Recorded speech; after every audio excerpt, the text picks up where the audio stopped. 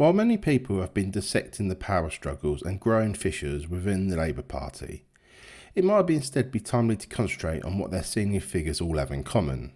Behind the division and fratricidal scheming, they are united by the same raw desire to preserve their party at all costs. They seem to place its existence above all other considerations. This was made clear in Angela Rayner's speech to the centre-left mainstream group on Tuesday, in which she warned that the very survival of the Labour Party is at stake. While her speech has been seen as part of a longer-term plan to usurp Sir Keir Starmer as Prime Minister, those words betrayed an awkward truth.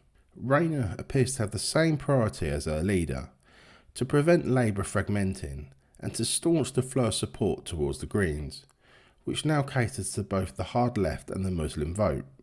This fundamental urge to keep his party intact and in power has explained most of Starmer's decisions and behaviour during his administration, his inaction, U-turns and general lack of courage.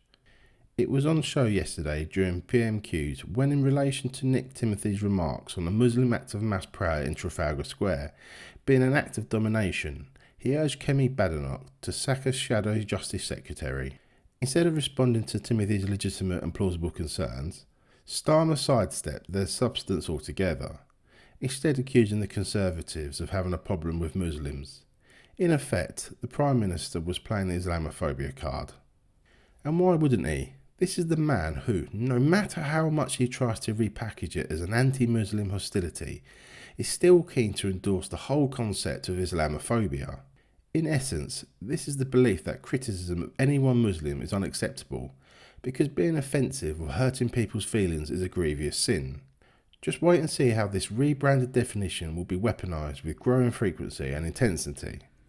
Starmer has given his blessing to the concept, because he saw at the general election 2 years ago, when 4 pro-Gaza independents were returned to Parliament, what happens when you don't appease a noisy section of the populace who see society primarily through the prism of religion and ethnicity. Now, this is why Labour has reacted to the defeat at the Gorton and Denton by-election in the way it knows best, by seeking to appease Muslim voters even more. As reported in the Daily Telegraph, the government has now abandoned a crackdown on electoral fraud, including family voting, an initiative introduced in 2022 by the Conservative government in guidelines given to the Electoral Commission. Labour politicians of all hues appreciate the value of the Muslim vote and fear for their electoral lives should this bloc defect wholesale. Hence Rayner's speech this week, and its broader appeal to the left of her party. Rayner knows that her thinly veiled attack on the Home Secretary, Shabana Mahmood, the only member of the cabinet who seems to have this country's welfare and future as a foremost concern, will go down with the Labour backbenchers ahead of the coup attempt. It's the same left-wing backbenchers who thwarted Liz Kendall's attempts to reform disability benefits last July when she was Secretary of State for Work and Pensions.